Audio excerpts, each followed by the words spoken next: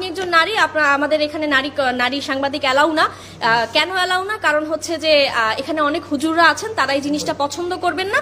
আপনি এখান থেকে প্লিজ চলে যান। আপনি যদি নির্বাচিত আদালতের রায় হয়ে থাকেন, সেক্ষেত্রে নারীদের সংরক্ষিত একটি আসন রয়েছে সিটি কর্পোরেশনে, তাদের সাথে কি করে আপনি মিটিং করবেন? আর আরেকটা বিষয়, আমাদের যে সংবাদকর্মী এখানে সংবাদ সংগ্রহের জন্য এসেছিল পেশাগত কাজে, সে যেহেতু পেশাগত কাজে এখানে এসেছে, তার সংবাদ সংগ্রহ। দেখেন, আমি একজন মুসলমান, শোনেন, আমি একজন মুসলমান, আমি আমার ধর্মকে পুরোপুরি পালন করি, কিন্তু আমার ধর্ম, আমার ইসলাম আমি সব জায়গায় প্রয়োগ করার ক্ষমতা রাখি না। এটা ভালো মতো মনে রাখবেন।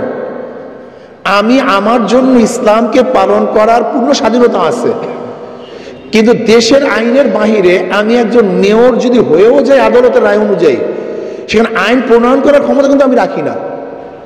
আমি কিন্তু আইন প্রয়োগ করার ক্ষমতা রাখি, আইন প্রণয়ন করার ক্ষমতা সংসদ।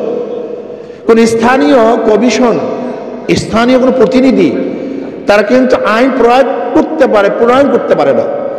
কাজে এদেশে সব কিছু চলবে দেশের আইন অনুযায়ী, আর আমি চলবো যেহেতু ব্যক্তিগত প্রত্যেকের স্বাধীনতা আছে, আমাদের দেশের সংবিধান আমাকে স্বাধীনতা দিয়েছে আমার ধর্ম পালন করার জন্য।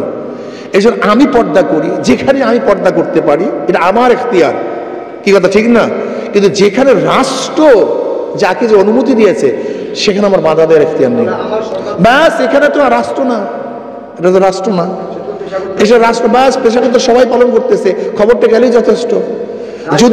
যদি এইটা না যাইতো, আমি তো বলছি ওটা রাষ্ট্র, ওটা রাষ্ট্রীয় আইন, ওটা পরিবর্তন করার কথা আমি রাখি না।